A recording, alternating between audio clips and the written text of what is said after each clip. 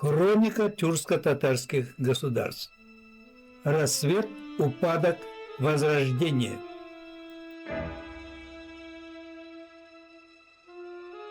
Выпуск 50.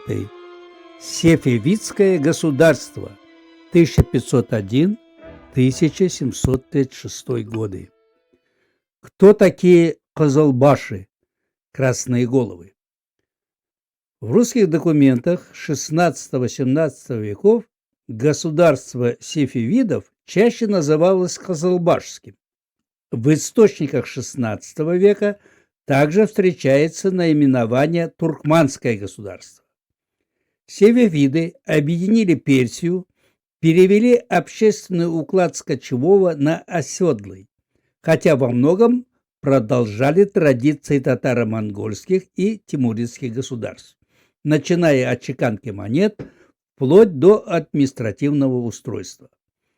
В научной литературе нет единой точки зрения на этнические основы государства. Одни утверждают о персидской основе страны, другие – о преобладании тюркского начала. Питер Голден рассматривает сефевидское государство в качестве тюркского. Ясно, что тюркские козылбашские племена доминировали над коренным иранским населением. Не случайно сефевидский шах назывался козылбашским шахом. В Средней Азии к сефевидам относились как к преемникам туркоманских государств Каракоюнлу и Аккоюнлу. Очевидно, что государство сефевидов не было ни чисто тюркским, ни чисто иранским. Происхождение сефевидов достоверно неизвестно, однако они говорили на тюркском, при этом, скорее всего, также владели и персидским как родным.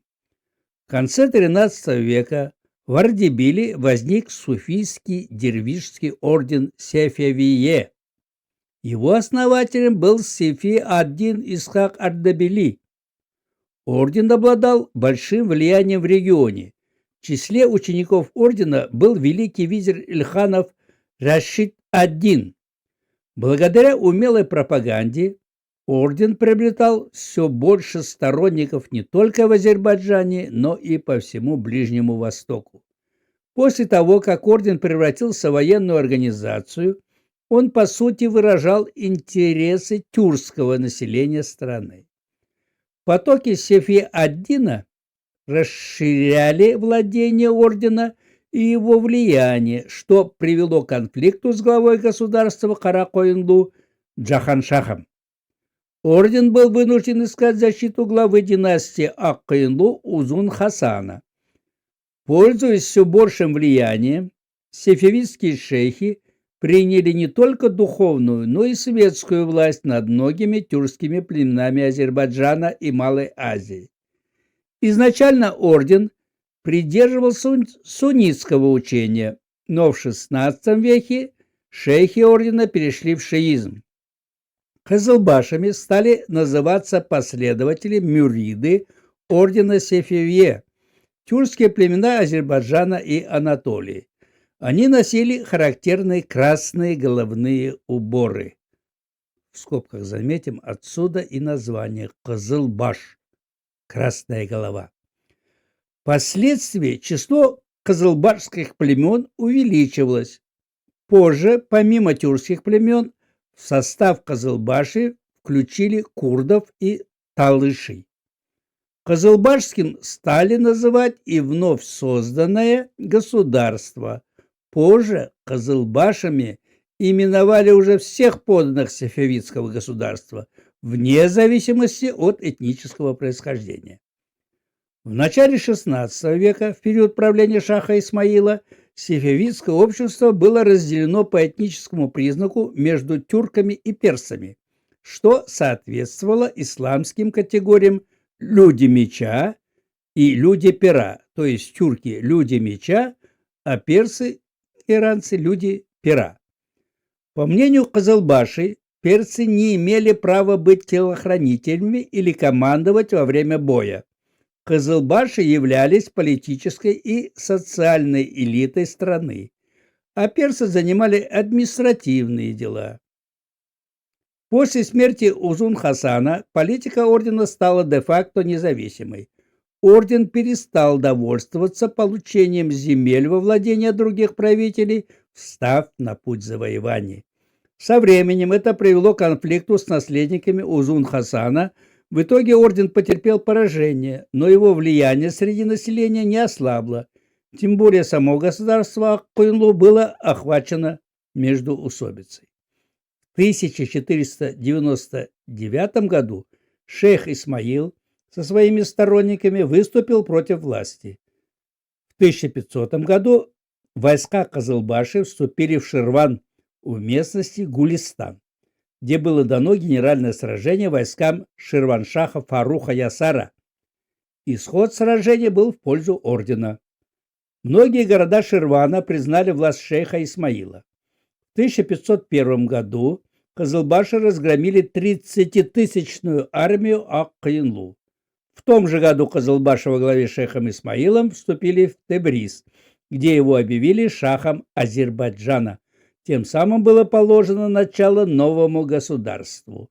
Через год после провозглашения государства, в 1502 году, Исмаил объявил себя шахиншахом Ирана. В 1503 году были разбиты остатки Ак-Коинлу во главе с Мурадом. После под власть сефевидов перешли Фарс и Ирак. Ширван был превращен в вассальное государство. Завоевание Хорасана привело к столкновению интересов сефевидского государства с узбеками-шейбанидами.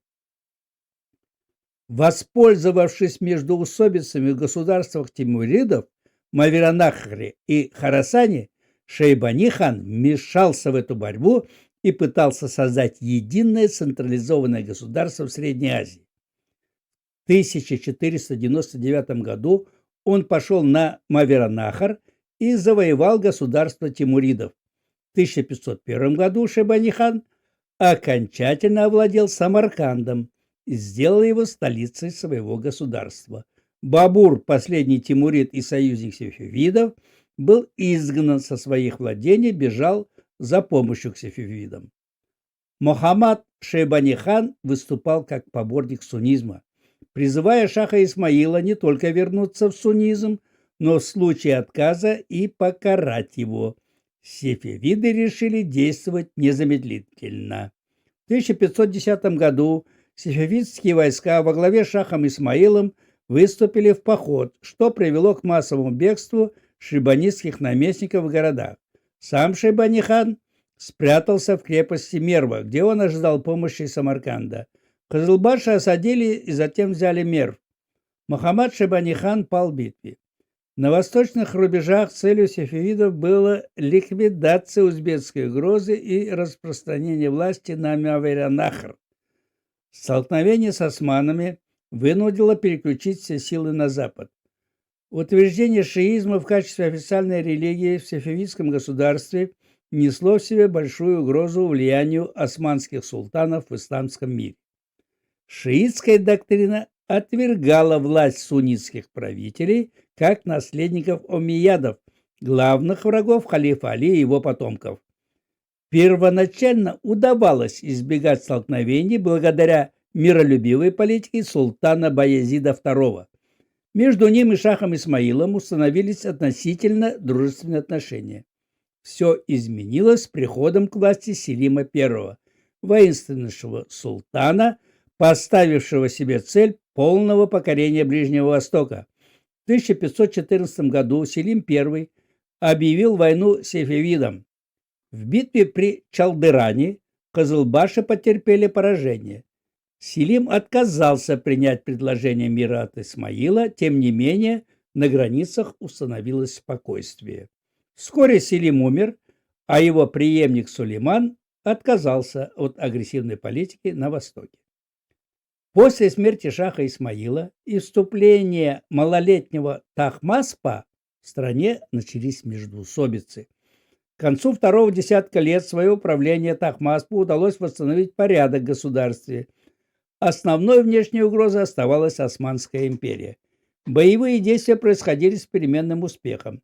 Безрезультативность войны и большие потери привели в 1555 году обе стороны к заключению мирного договора. по которому к Османской империи отошли Ирак, Арабский Восток, западная часть Армении, область Вана и запад Грузии. Сефевиды сохранили за собой восточную часть Армении и Грузии. Пользуясь тяжелым положением сефевидского государства, узбекские эмиры неоднократно предпринимали попытки вторжения в Хорасан. Постоянные стычки продолжались с 1547 по 1567 годы, но узбекам так и не удалось закрепиться в Хорасане. Одним из важнейших направлений внешней политики сефевидов были взаимоотношения с великими моголами. На период правления Хумаюна, сына Бабура, между двумя державами установились мирные и дружественные отношения. Но Кандагар стал камнем преткновения в отношениях между двумя державами, приведших к войнам в 1622-23 годах и 1649-53 годах. После смерти шаха Тахмаспа в стране наступил период смуты, закончившийся коронованием в 1576 году одного из его сыновей под именем Исмаила II. Подозрительный и мстительный, он по восшествии на престол стал расправляться не только с противниками, но и с недавними сторонниками. В результате его нашли мертвым. Страна вновь оказалась на грани гражданской войны. Децентрализацией власти, экономическим кризисом, охватившим государство, воспользовались противники сефевидов.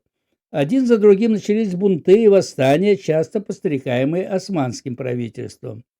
Реформировать государство попытался Аббас Мирза, который в 1587 году короновался под именем Аббаса I.